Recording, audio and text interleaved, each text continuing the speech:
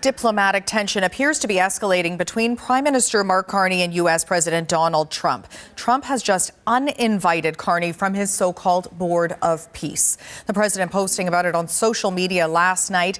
His withdrawal following Carney's second major speech this week, in which he rebuked Trump's veiled threats against Canada at the World Economic Forum. Carney spoke yesterday at the Liberal cabinet retreat in Quebec City. Canada and the United States have built a remarkable partnership in the economy, in security, and in rich cultural exchange. But Canada doesn't live because of the United States. Canada thrives because we are Canadian. All right, to dig deeper into this, we've reached Scott Lucas. He's a professor of international politics at University College Dublin, joining us from Wicklow, Ireland. Thank you for making the time. Thank you. A lot to talk about here with this late-breaking news last night that Trump was going to withdraw his invitation to Carney to join the Board of Peace. What do you make of this move? So let me get this straight. Mark Carney had already said, or Canada had already said, they weren't going to come to Trump's party anyway. They were washing their hair, or they had better things to do than go to effectively a symbolic event called the Board of Peace, which is more about Trump's ego than it's actually about peace. And then Trump decides, oh, I'm going to be the one that set the news agenda by saying, oh, I don't want you here anyway. I don't want you in my party. I mean, that's effectively what happened. I don't want to be too flippant about this. I think there are serious issues to discuss here, given what has happened at Davos this week, given the turmoil inside Washington domestically as well as their foreign policy, and given the very important speech that Mark Carney made yesterday about Canadian identity and Canadian values. But Trump here is just simply throwing a tantrum because, number one, he was upstaged at Davos by Mark Carney's speech. Number two, because he had to bail out of trying to seize Greenland, in part because of the unified front of Canada and the European powers. And three, because his Board of Peace show was pretty much a flop, with only about 23 countries signing on, only 2 of them coming from Europe. There's been a lot of talk coming out of Mark Carney's initial speech in Davos and his trip before that to China and Qatar about some of the gains that were made over the last week for Carney's administration, but also some of the damage that may have been done over the last week, particularly when it comes to his relationship with the White House, as we've been talking about over those last 2 speeches now.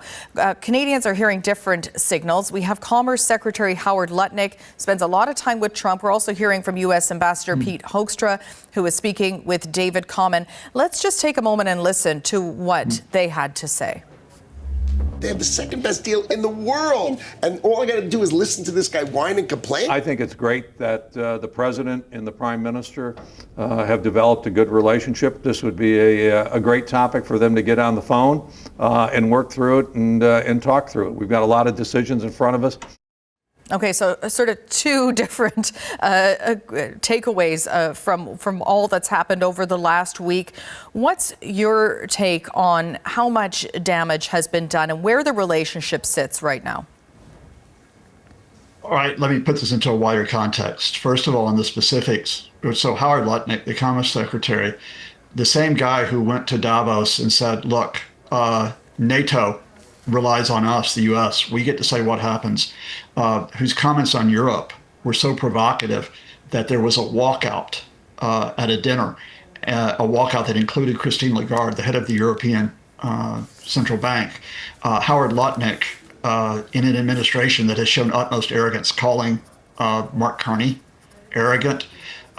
This is part of the Trump temper tantrum, and it needs to be recognized as such. In terms of the practical effect, look, that trade deal, initially NAFTA, now USMCA, it is a very important trade deal, but it's the Trump folks who have threatened to walk out on it. It's not Canada threatening to walk out on it. This is an attempt to bully the Canadians. Now, Pete Hoekstra has put a different view in that speech that you heard about, which is, look, there's a way of working together, we can make a deal. But only a few days ago, Pete Hoekstra was also saying that the U.S. doesn't need Canada.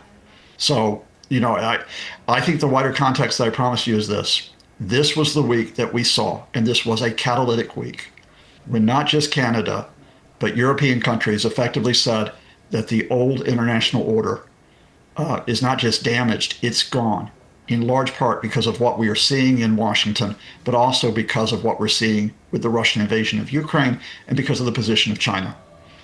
Mark Carney's trips to Qatar and China are part of the realignment, a realignment that European countries are also making that involves not only China and the Gulf, but it involves India, other parts of the world, including South America, which is that the economic, political, and even military relationships have to be forged without first going to the United States and saying, how are you doing there? Because you have people in the Trump administration, not all the administration, but key players, not just Donald Trump, but J.D. Vance, the vice president, Howard Lutnick, who do not see Canada and Europe as allies. They see them as either potential or actual adversaries. That's why you're getting the rhetoric out of Washington, but that's why you're getting the firm line that's been taken this week by Canada and by most of the European governments. And indeed, I think this will go farther and pick up other countries as well that are saying, we don't have to bend the knee to Washington.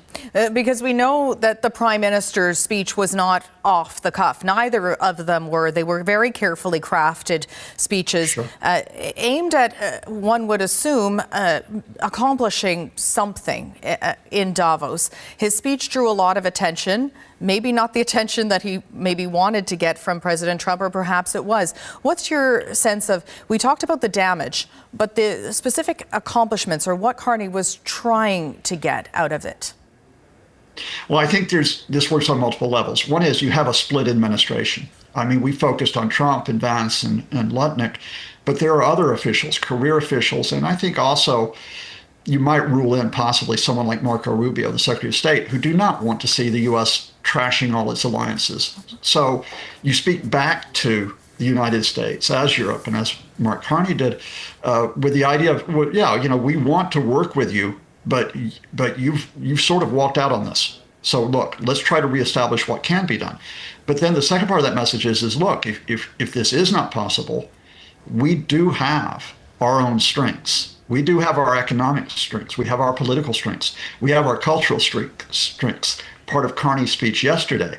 And we will build on those strengths by cooperating with others and by working with others.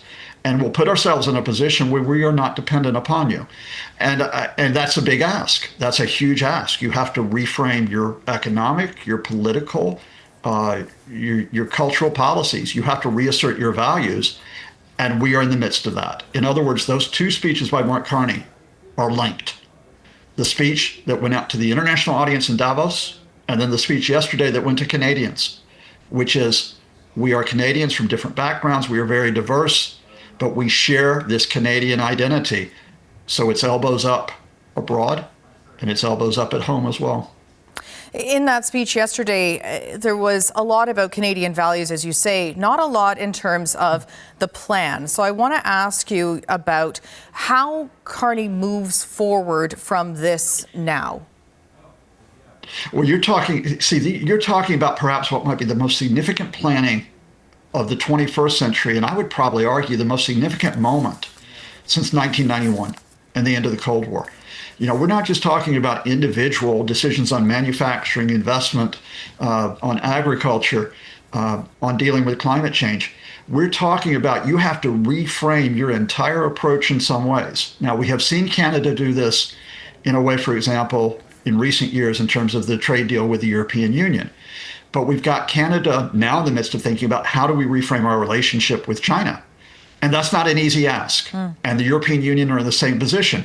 Canada has to think about trying to repair relations with India. Again, not an easy ask. And you have to do all of this while trying to maintain a stable economy and while trying to maintain a stable political community.